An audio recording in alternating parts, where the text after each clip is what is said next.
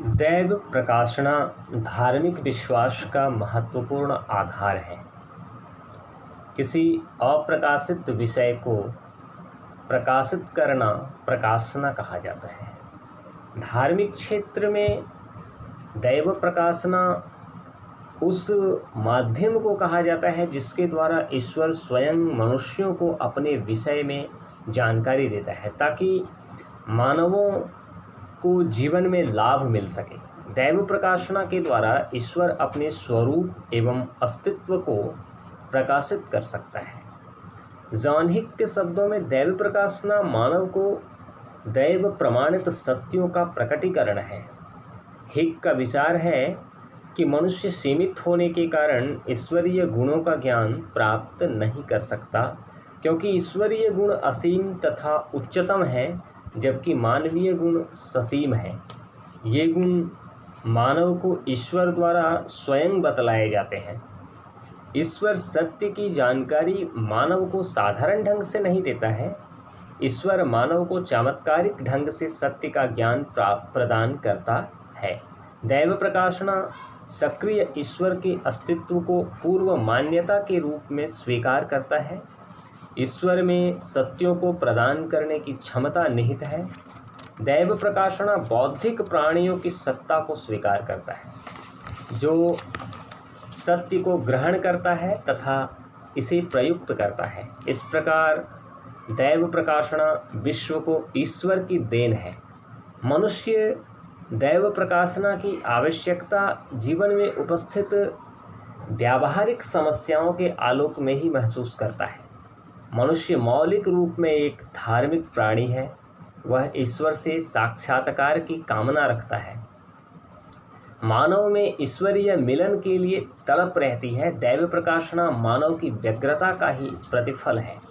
दैव प्रकाशना का परीक्षण नहीं किया जा सकता। अपने चक्षु से हम मात्र उन्हीं वस्तुओं का ज्ञान प्राप्त कर सकते हैं जो हमारी दृष्टि सीमा में हो। दैव प्रकाशना अपरीक्षणीय है, इसलिए इसे अस्वीकार करना भ्रामक होगा। यह ईश्वर की आत्म प्रकाशना शक्ति को अस्वीकार करना होगा। कोई भी व्यक्ति ईश्वर को पूर्ण रूप से नहीं जान सकता, क्योंकि वह अगाध है, वह हमारी श्रद्धा का आधार है। ईश्वर मनुष्य के समक्ष अपने आप को विभिन्न साधनों के द्वारा प्रकाशित करता है ताकि मानव का मार्गदर्शन हो।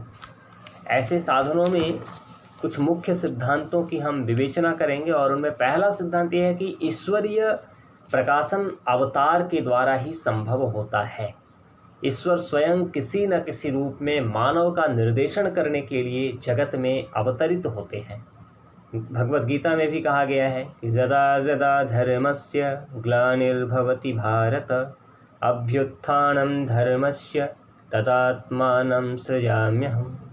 अर्थात जब जब धर्म की ग्लानि होती है और अधर्म की प्रबलता फैल जाती है, तब तब मैं स्वयं ही जन्म लिया करता हूँ, ऐसा भगवान कहते हैं। राम, कृष्ण, ईसा, मोहम्मद आदि ईश्वर के अवतार के रूप में प्रतिष्ठित हैं। इन सभी महापुरुषों में ईश्वरत्व निहित था। इन्होंने अपने आचरण एवं उपदेश के द्वारा मानव समुदाय का पथ प्रदर्शन किया। दूसरा विचार ये है कि ईश्वरीय सृष्टि के द्वारा भी अपने को प्रकाशित करते हैं। ईश्वर सृष्टि के द्वारा भी अपने आप को प्रकाशित करते हैं। संपूर्ण सृष्टि ईश्वर का कार्य है। मानव इतिहास तथा प्रकृति की रचना के द्वारा भी ईश्वर का प्रकाशन संभव होता है। नंबर 3, ईश्वर धर्म शास्त्रों के द्वारा भी अपने को प्रकाशित करते हैं। वेद, उपनिषद, बाइबल, गीता, कुरान आदि धर्म शास्त्रों के द्वारा ईश्वर का प्रकाशन संभव हुआ है। ईश्वर के आदेशों का संकलन धर्म शास्त्रों में है। पुनः ईश्वर कभी कभी आकाशवाणी, दिव्य स्वप्न, दिव्य दर्शन, संत एवं साधुओं के द्वारा भी अपने को प्रकाशित करता है।